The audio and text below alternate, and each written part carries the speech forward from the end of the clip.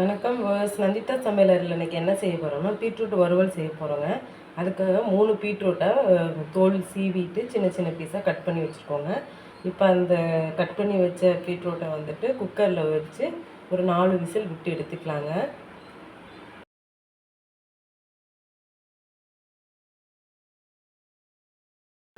Beetroot cut பண்ணி வச்சதை குக்கரில் ஆட் பண்ணிக்கலாங்க. அதில் கொஞ்சம் ஒரு அரை டம்ளர் தண்ணி மட்டும் ஆட் பண்ணிக்கலாம். ஆட் பண்ணிவிட்டு அதோட உப்பு ஆட் பண்ணிக்கலாங்க.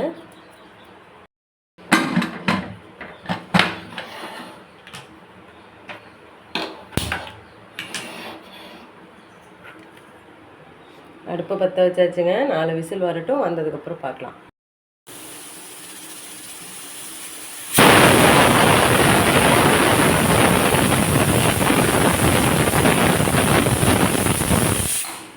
விசில் வந்துடுச்சுங்க. அடுப்பு ஆஃப் பண்ணிக்கலாம். பீட்ரூட் நல்லா வெந்துருச்சுங்க. 4 விசில் விட்டு எடுத்தாச்சு.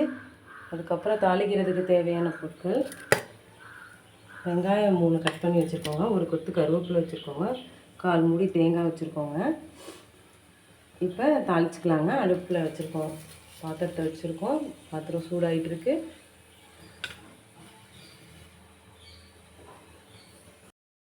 எண்ணெய் ஆட் பண்ணிக்கலாங்க.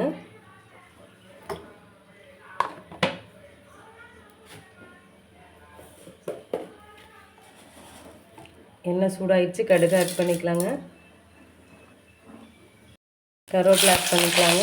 கட் பண்ணி வச்சனால வெங்காயத்தை ஆட் பண்ணிக்கலாம்.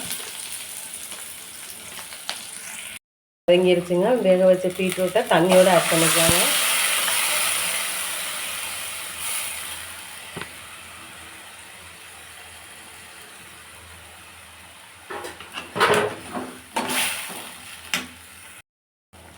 இப்போ காயில் வந்துட்டு கொஞ்சமாக மஞ்சத்தூள் ஆட் பண்ணிக்கலாம். மிளகாய்த்தூள் 1 ஸ்பூன் ஆட் பண்ணிக்கலாம். ஒரு அரை ஸ்பூன் 1.5 ஸ்பூன் ஆட் பண்ணிக்கலாங்க. எல்லாம் மிக்ஸ் பண்ணிக்கலாம்.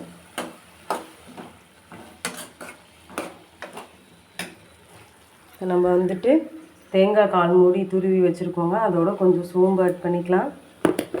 சோம்பு ஆட் பண்ணி நல்லா அரைச்சி எடுத்துக்கலாங்க. இப்போ அரைச்சாச்சுங்க. தேங்காயும் சோம்பையும் அதையும் ஆட் பண்ணிக்கலாம். காய் வைக்கும் போது கொஞ்சம் உப்பு போட்டிருக்கோங்க. இப்போ கொஞ்சம் உப்பு ஆட் பண்ணிக்கலாம். மூடி போட்டு மூடி வச்சுக்கலாங்க. கொஞ்சம் நேரம் நல்லா தண்ணியெல்லாம் சுண்டி வரட்டும். நல்லா பீட்ரூட் வறுவல் ரெடி ஆயிடுச்சுங்க. இந்த வீடியோ பிடிச்சிருந்தா லைக் பண்ணுங்கள், ஷேர் பண்ணுங்கள், சப்ஸ்கிரைப் பண்ணுங்கள். மறக்காமல் பெல் ஐக்கானை கிளிக் பண்ணுங்கள். Thank you for watching.